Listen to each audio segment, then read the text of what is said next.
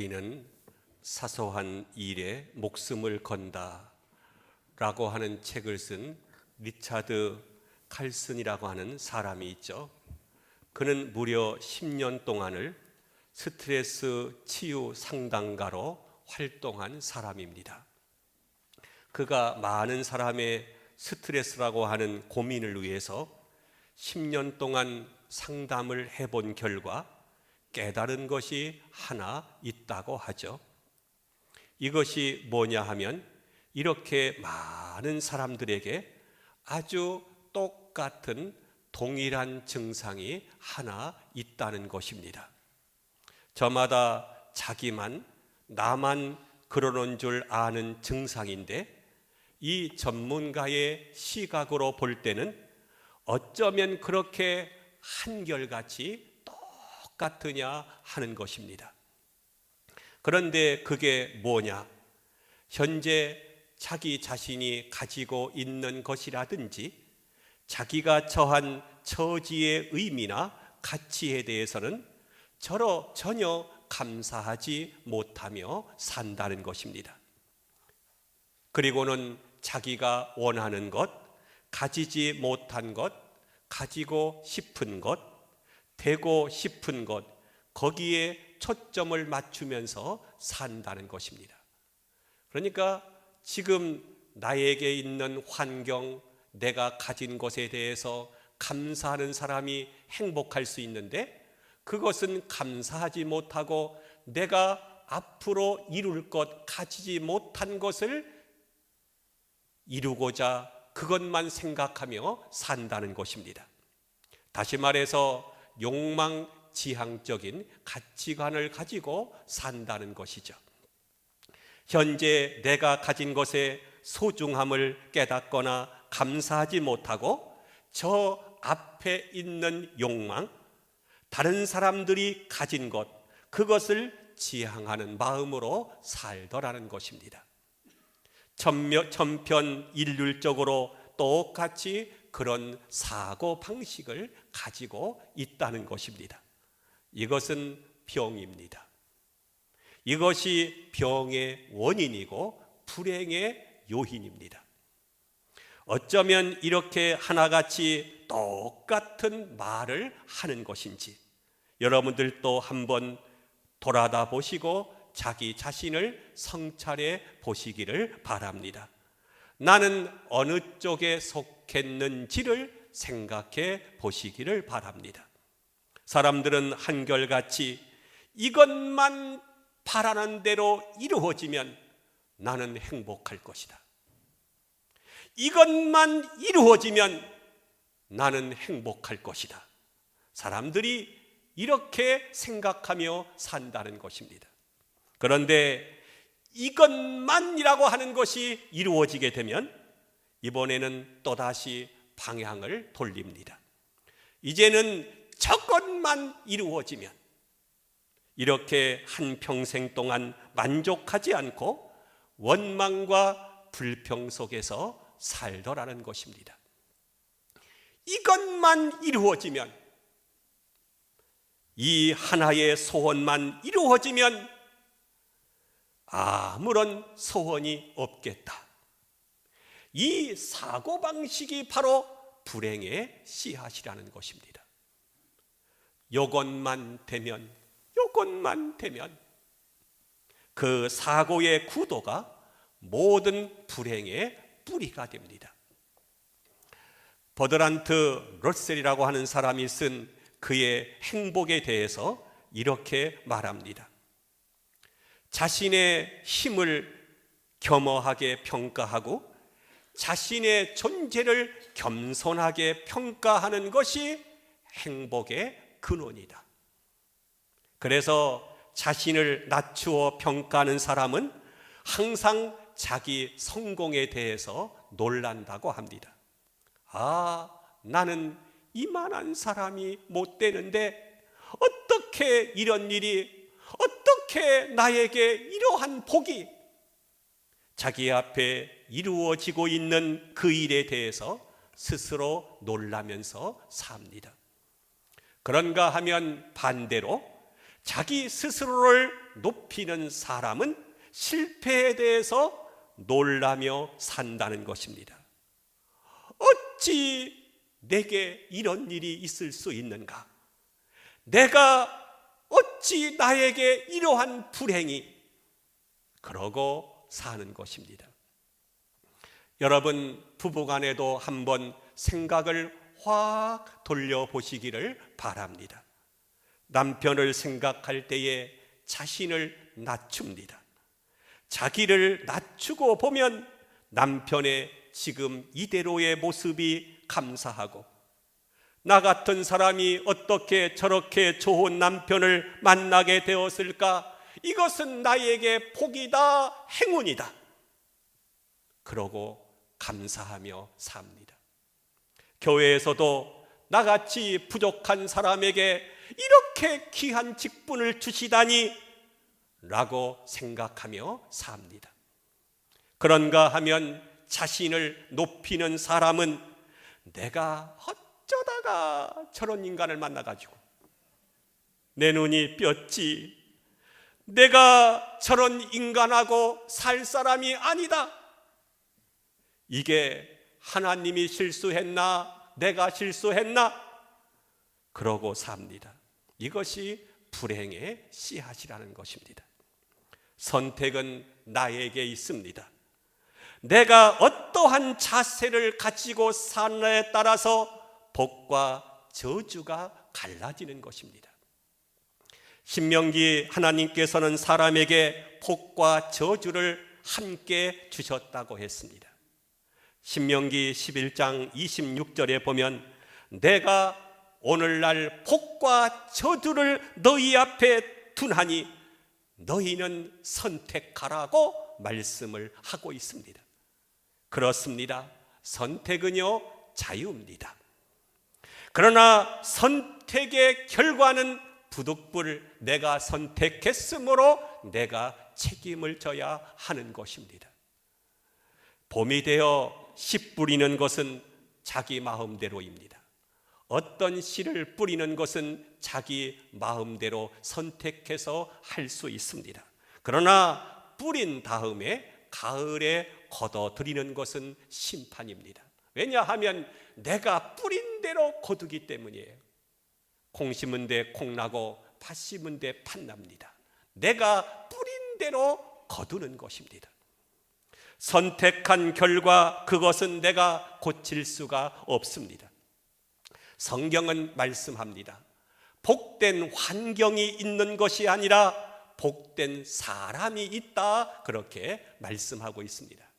우리가 잘 알고 있는 시편 1편 1절에서 보면은요, 복 있는 환경은 그렇게 말하지 않았어요. 우리는 복 있는 환경을 좋아하잖아요. 이 말을 여러분들에게 듣기 좋게 풀이한다면 복 있는 환경은 돈이 많은 사람이고 건강한 사람이고 사회적인 명예와 권력을 가진 사람이고 이렇게 말할 수 있을 것입니다. 그런데 성경은 그렇게 말씀하지 않고 복 있는 사람은 악인의 길을 쫓지 않고 죄인의 길에 서지 않고 오만한 자의 자리에 앉지 않고 오직 여호와의 율법 하나님의 말씀을 주야로 묵상하는 자로다, 그렇게 말씀하고 있습니다. 그리고 복된 길이 있습니다.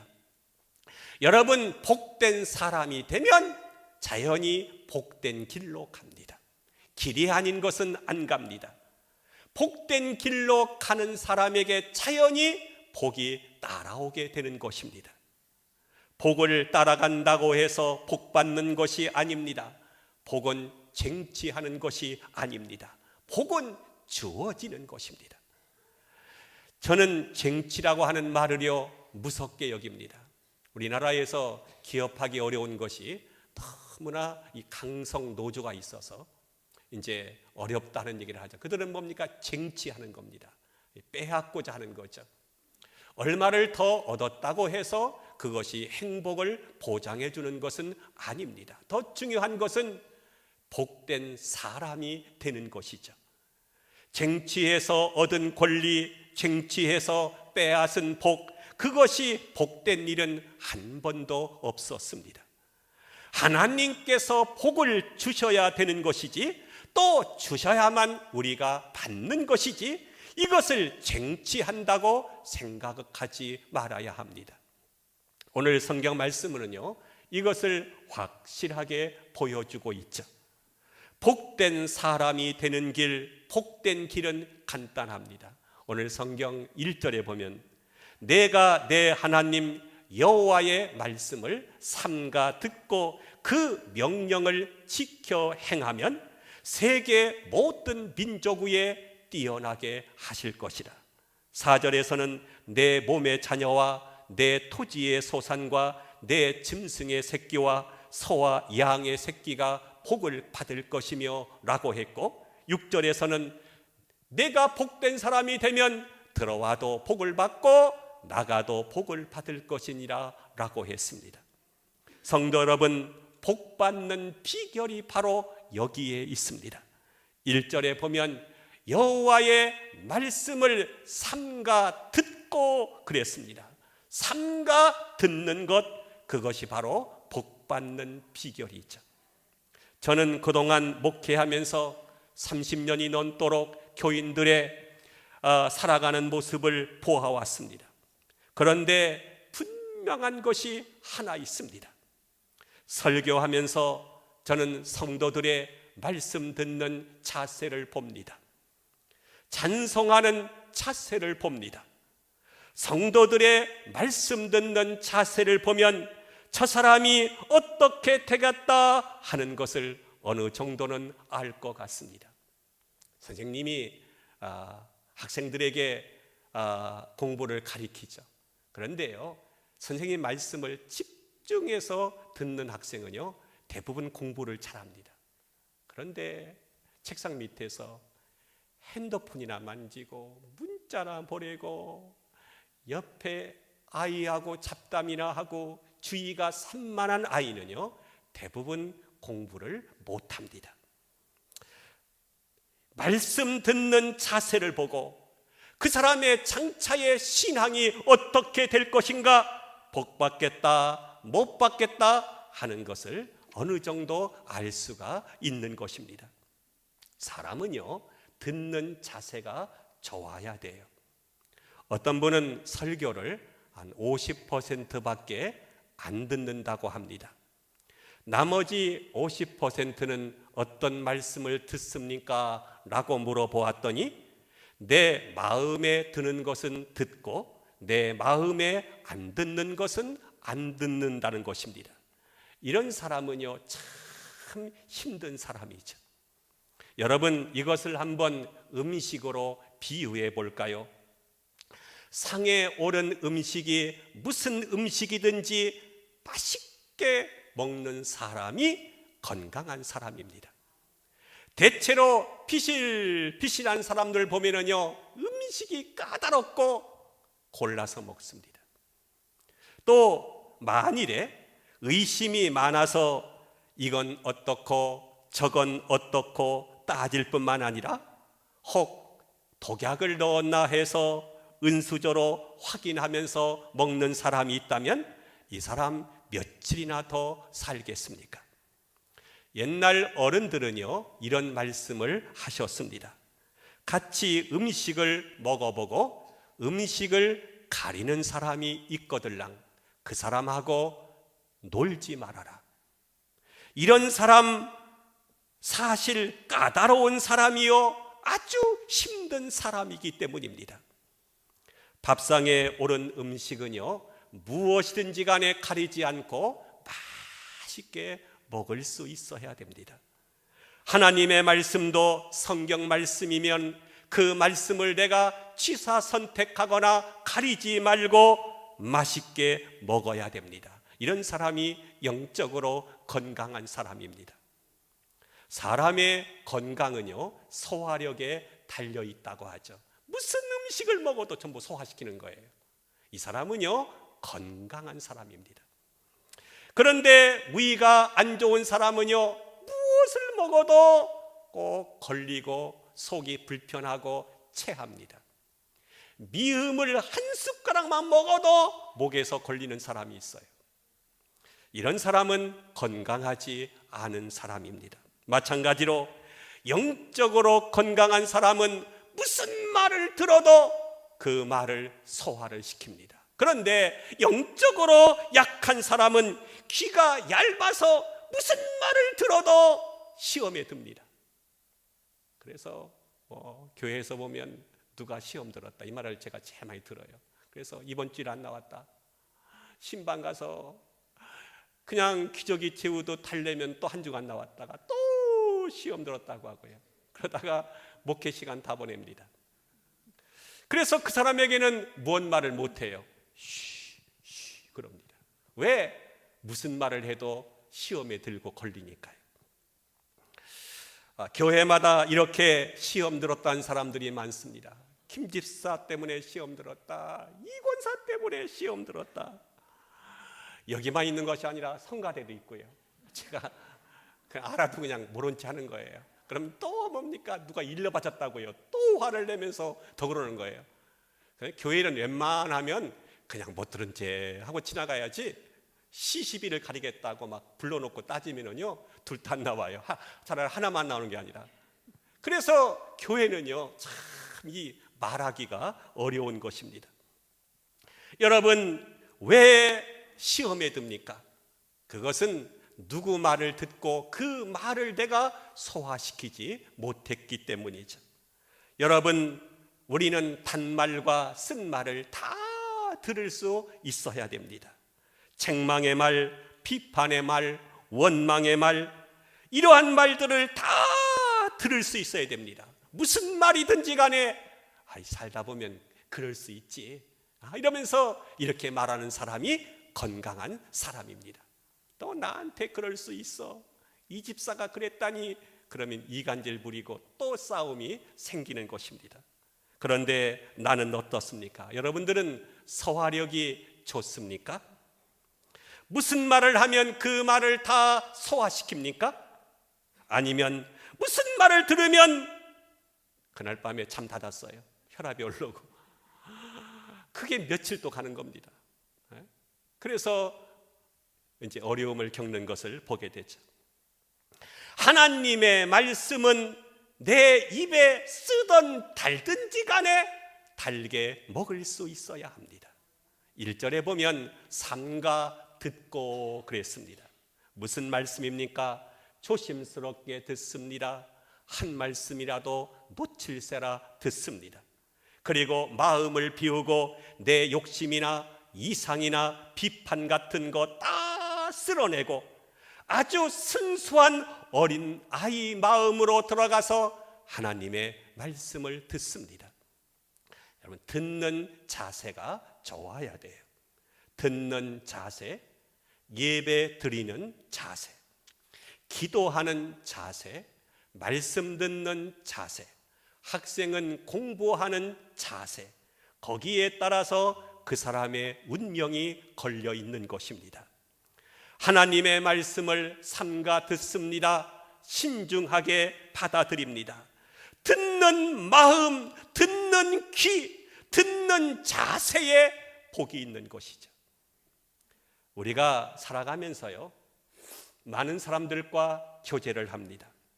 그런데 인격자가 어떤 사람이죠?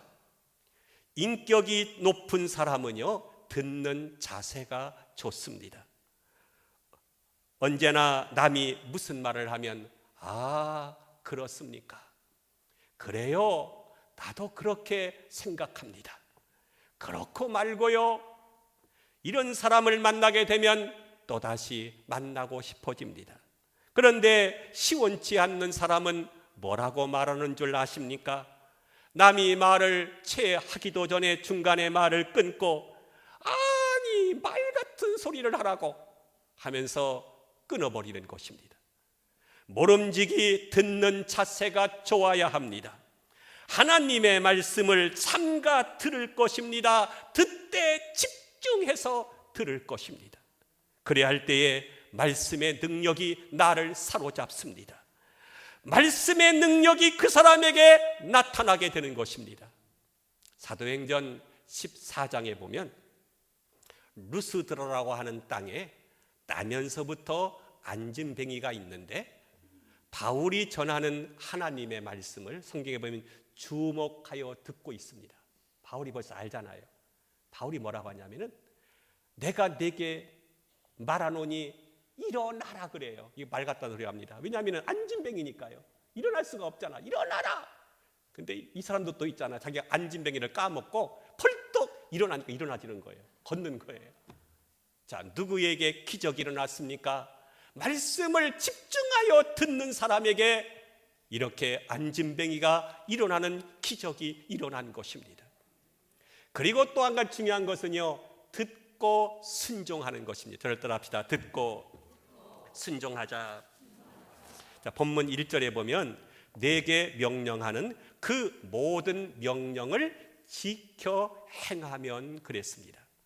여러분, 듣는 것으로 끝나지 말고 이제 행하는 데 가야 돼요. 야고보서에는 행함이 없는 믿음은 죽은 것이라고까지 말하지 않았어요. 듣고 그대로 지켜 행하는 것이죠. 들은 다음에 내 마음에 드는 것도 있고 안 드는 것도 있을 것이고, 이해가 되는 말씀도 있고 이해가 되지 않는 것도 있을 것입니다. 그러나 내 이성적인 비판을 누르고 하나님의 말씀을 따라가는 것입니다. 내 생각을 버리고 그분의 뜻을 따르는 것입니다. 이것이 바로 복된 길이요 복된 사람인 것입니다. 여러분, 다 납득이 가기를 바라지 마십시오. 병든 이성을 가진 것이 사람인지라 제대로 작동을 못할 때가 있습니다. 내 경험이 나의 생각을 어지럽히는 것입니다. 사람은요, 자기가 아는 것만큼 경험한 만큼만 가지고 남을 알 수 있습니다. 근데 인간이 얼마나 경험을 해도 다 경험할 수 있습니까? 다 알 수 없잖아요. 그러니까 인간의 판단은 항상 오류가 있는 것이죠. 그래서 다 버립시다. 그리고 순수한 마음으로 받아들이십시오. 그리할 때에 귀한 역사가 일어나게 될 것입니다. 제가 아는 어느 장로님은 기도하실 때마다 이렇게 기도합니다. 하나님, 이래서 감사하고 저래서 감사합니다 하고 감사하다는 말을 기도 중에 참 많이 하십니다. 그리고 어느 때는 이렇게 기도합니다. 하나님, 제가 이성적으로는 납득이 가지 않지만 하나님께 믿음으로 받아들이며 감사합니다 라고 말합니다. 이 얼마나 훌륭한 기도입니까? 내 어리석고 좁은 생각, 내 경험에 집착 다 버리고 당신의 뜻을 따르겠습니다 하는 것입니다. 예수님이 그랬잖아요. 겟세마네 동산에서 나의 원대로 마옵시고 아버지의 뜻대로 하옵시고 이렇게 기도한 것을 보게 됩니다. 이것이 바로 복된 사람이요 복된 길을 가게 되는 것입니다. 그래서 아브라함은 갈 바를 알지 못했지만 하나님이 본토 친척 아버지 집을 떠나가라 할 때에 대묻지 않고 떠났습니다. 우리는요 다 알아봐요. 어디 이사를 하더라도 학군은 어떤지, 시장은 가까운지, 교육은 어떤지, 앞으로 집값은 상승할 건지 다 따지고 그리고 갑니다. 근데 아브라함은요 그런 거 안 물었어요. 가라 하니까 떠난 것입니다. 도대체 어디로 가서 어떻게 살고 무엇을 하라는 것입니까? 라고 묻지를 않은 것입니다. 하나님이 떠나라 하시니 즉시 떠난 것입니다. 또 하나님께서 아들 이삭을 바치라 하니까요 안 물었어요. 우리 같으면 기도해 보겠다든지 나 종교를 바꾸겠다든지 뭐 이렇게 하면서 아들 바치겠습니까? 근데 아브라함은요 아무것도 묻지 않고 다음날 아침 모리아산으로 떠났어요. 또 집에 아내한테도 상의 안 했어요. 보나마나 뻔하잖아요. 아내한테 하나님이 음성을 어디에 들었는데 아들을 바치래, 제물로 바치래. 그러면 이 할망, 미쳤어. 그건 귀신의 소리지. 지금까지 사람을 제물로 바치라고 한 적이 없는데 어떻게 백세에 낳은 아들을 바친다는 거야? 도당 짓고 가! 막 그렇게 쉬울 거예요. 그래도 아브라함은 그 다음 날 누구한테도 묻지 않고 하나님 말씀이니까 그대로 이삭을 데리고 떠난 것을 보게 됩니다. 하나님이 모세에게 말씀하십니다. 애굽에 가라 하니 갔습니다. 홍해를 쳐라 하니 쳤습니다. 건너가라 하니 홍해를 건너갔습니다. 여러분, 이게 쉬운 게 아니에요. 홍해를 갈라져서 양쪽에 물이 벽이 되게 합니다. 양쪽에 물이 넘실넘실거려요. 건너가다가 물이 합하면 그거 죽는 거 아니겠어요? 여러분, 누가 그걸 쉽게 건너겠습니까? 그런데도 이스라엘 백성들은 하나님을 믿고 그 홍해강을 건넌 것을 보게 되죠. 그 말씀 자체가 능력이요 지혜요 권능이었습니다. 그런 거로 듣고 순종했습니다. 드라마틱한 이야기가 하나 있습니다. 1923년 파리에서 올림픽이 열렸습니다.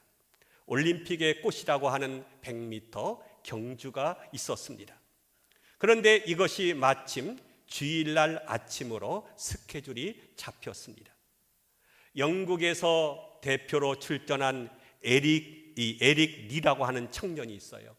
조금 전에 한번 보세요. 저게 이제 에릭 리입니다. 이 에릭 리라고 하는 청년이 100m 세계 신기록을 가지고 있습니다. 이제 실수만 없으면 그는 100m 경주에서 당연히 금메달을 딸 것이라고 모두가 그렇게 믿는 그런 사람입니다. 그런데 주일날 뛰게 되었다고 해서 그는 그 경주를 포기한 거예요. 당연히 난리가 났겠죠. 영국 신문 전체가 그에 대해서 비판을 했습니다. 민족을 배반한 것이다. 국가의 배신자다. 옹졸한 신앙인이다. 이때 그는 말합니다. 나는 주일날 교회에 가서 하나님께 예배 드리고 말씀을 듣습니다. 그것이 오늘 주일을 거역하고 나가서 금메달을 따는 것보다 더 중요합니다. 그런 거로 안 됩니다. 며칠 뒤 400m 경주가 있었습니다. 그는 그 경주에 자원했습니다. 100m를 뛰는 사람이 400m에서 뛴다는 것은 상상도 못할 일입니다. 그런데 그는 경기장에 나가서 100m 뛰는 솜씨로 총알같이 뛰는 것입니다. 막 뛰니까 보는 사람들이 오히려 걱정을 했습니다. 저렇게 100m 뛰는 식으로 뛰다가 400m를 다 못 뛰고 아마도 심장이 터져서 죽을 것이다 라고 걱정들을 하고 있는데, 그때 그는 마침내 400m 세계 신기록을 내면서 1등을 했습니다. 많은 사람들로부터 영광과 찬사를 받았습니다. 그에게 물었습니다. 어찌 이런 일이 일어날 수 있느냐고. 그는 진실하게 대답했습니다.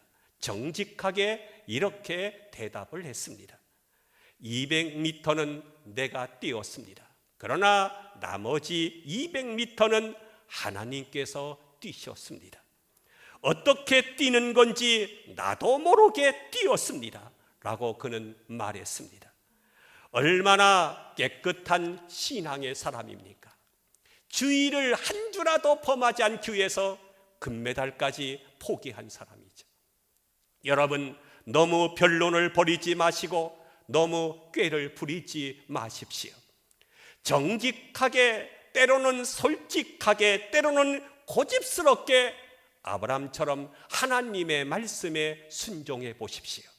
그것이 바로 복된 자가 되는 길인 것입니다. 우리가 이렇게 하나님 앞에서 복된 자가 되어 보십시오. 그러면 어떤 복을 주신다고 말씀하고 있습니까? 오늘 본문 3절과 6절은 이렇게 말씀합니다. 성읍에서도 복을 받고 할렐루야, 들에서도 복을 받을 것이며 할렐루야, 내 몸의 자녀와 내 토지의 소산과 내 짐승의 새끼와 소와 양의 새끼가 복을 받을 것이며 내 광주리와 떡반죽 그릇 즉 가정에서도 복을 받을 것이며 내가 들어와도 복을 받고 나가도 복을 받을 것이니라. 하나님의 약속의 말씀인 줄 믿으시기 바랍니다. 어디에 있든 무엇을 하든지 간에 그런 사람은 복을 받을 것입니다. 환경이 복이 아닙니다. GNP가 올라간다고 해서 복이 아닙니다. 여러분, 잘 산다고 해서 복이 아닙니다. 우리나라가 잘 살게 되니까 자살자가 늘어나고요. 행복하던 사람보다는 불행하던 사람이 옛날보다 몇십 배, 몇백 배 많아요. 여러분, 돈이 많다고 해서 그 사람이 행복한 것도 아니고 복이 아닌 것입니다.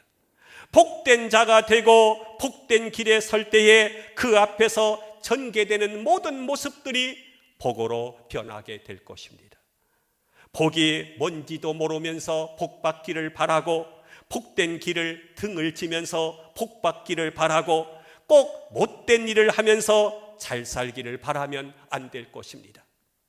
신앙생활 제대로 못하면서 믿음이 자라기를 바라서도 안 될 것입니다.